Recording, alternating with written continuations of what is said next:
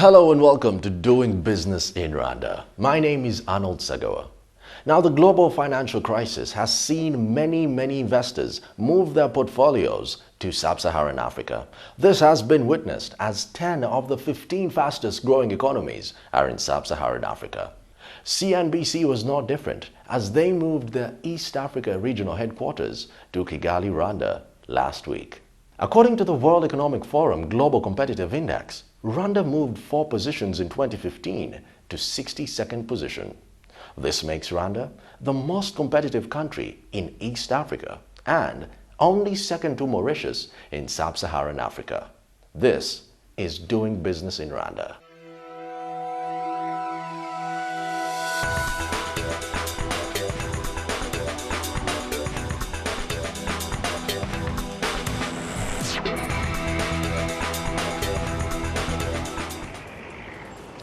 Steadfast data is an integral pillar that precedes any investment. All the facts to justify the sunk cost have to be reliable, sound, and comprehensive. A historic move to enter the East African market and set up shop in the heart of Africa would ensure just that. Rwanda has systematically focused on eliminating constraints to private sector investment and growth, resulting in the country being ranked the second easiest place to do business in Africa by the World Bank. Importantly, the government has also advocated for and supported the development of independent professional media that is able to tell the untold story of Rwanda and Africa and reach information segments that have not been tapped before. Furthermore, the government, working with private sector, has proactively encouraged and opened up opportunities for Rwandans to engage and be part of the growing social media. Key strides have been taken through public investments in fiber optic infrastructure, providing incentives to private sector investments in the telecoms industry, widening access to mobile phones, now at over 77.8% penetration, and supporting the development of the ICT sector. As we all know, the African story is one of resilience, narrated by a continuous effort to attract as much investment as possible. This has paid off as foreign direct investment to the continent has augmented 7-fold from $9 billion in 2000 to $68 billion in 2008. It's, however, the prerogative of foreign direct investment sanctuaries like Rwanda to keep the dream afloat. I'm very happy with the fact that we came together and agreed and realized that working together, regional integration is the way to go for all of us. One single country, Rwanda,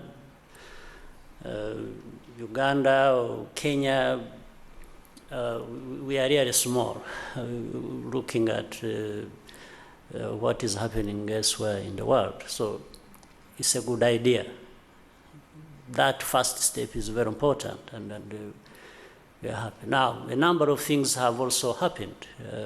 It's not, and we are not looking at just northern corridor.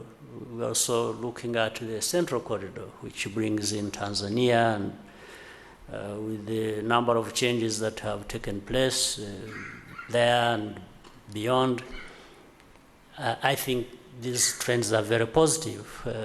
When we advance on the corridor and advance on central corridor, we find more integration in terms of infrastructure. We are seeing people moving freely across borders. As you are aware, the northern corridor, the use of ID, no longer requiring passports and visas and the long process that came with that. That's the reality now. When you're talking about having in the telecoms sector one area network operating and removing roaming charges that people from Kenya had to pay when they came to Rwanda, or vice versa, or Kenya and Uganda, Uganda, Kenya, and so on, which has increased very significantly the subscriber numbers and increase revenues and reduce the costs of calling. all these things have been realized because of how we have come together in this process of integration. And we need to do more, because if you look at the East African region and you talk about trade among and between the countries of our region and beyond, or intra-African trade, we are still at very low numbers.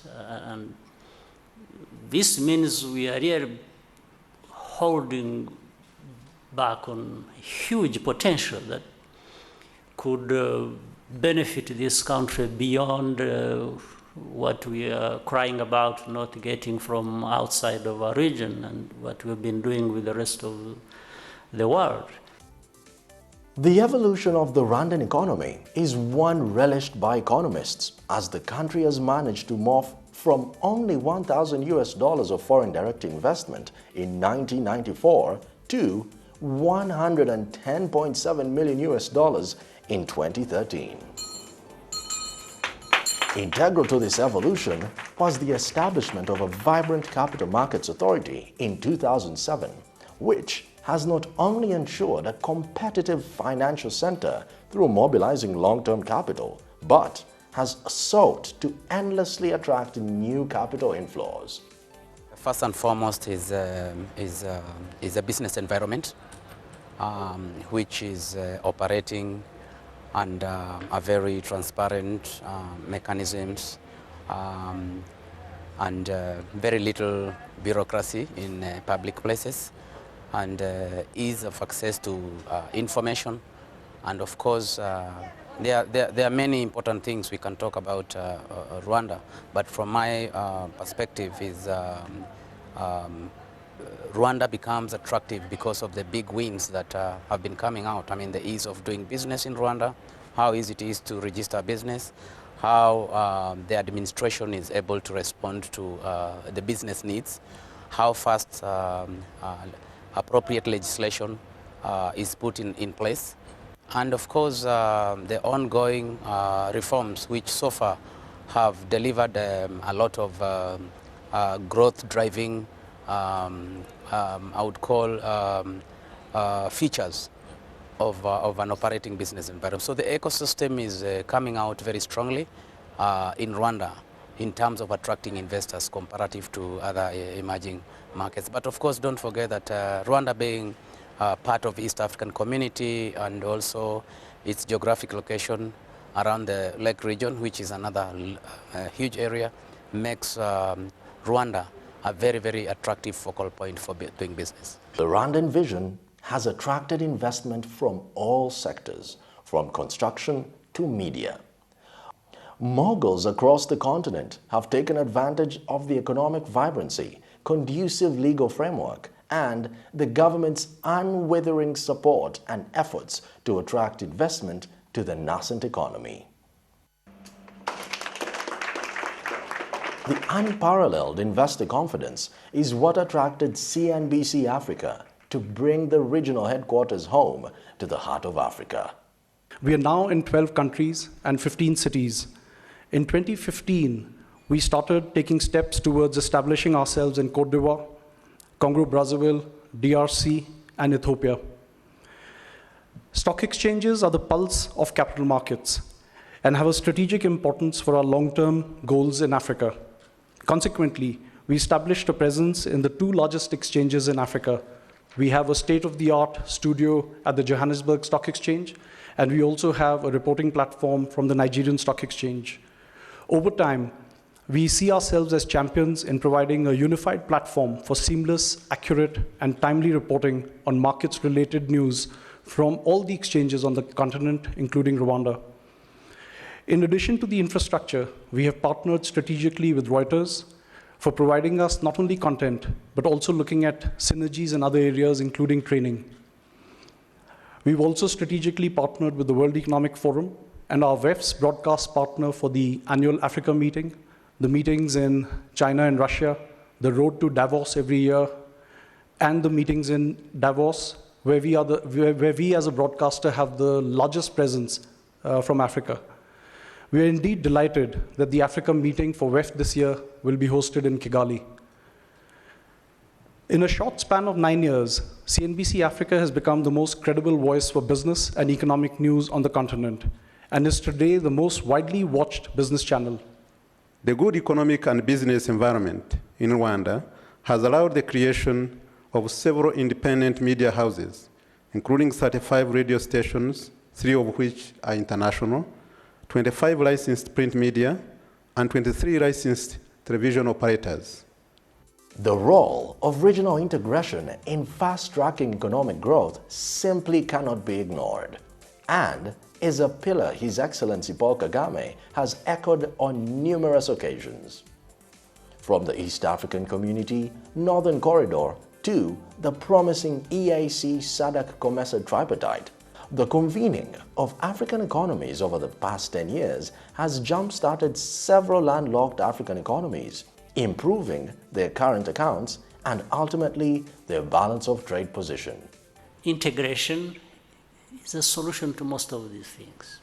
And there is no reason for any barrier to be between Rwanda and Kenya, or Kenya and Uganda, or Tanzania and Rwanda, and so on. There is no explanation. Now, we have needs, we have the problems, we have good understanding of what it really means for integration to benefit us, and yet there is hesitation, there is delay, there is, waiting on many things that we don't need to. Of course, when you miss an opportunity for growth, for an economy to perform well, or for people to benefit from that, this does not wait. That's all for this week's episode of Doing Business in Rwanda. For comments and information, please log on to our website. That's www.cnbcafrica.com. My name is Arnold Sagawa, and from the entire team here, thank you for watching.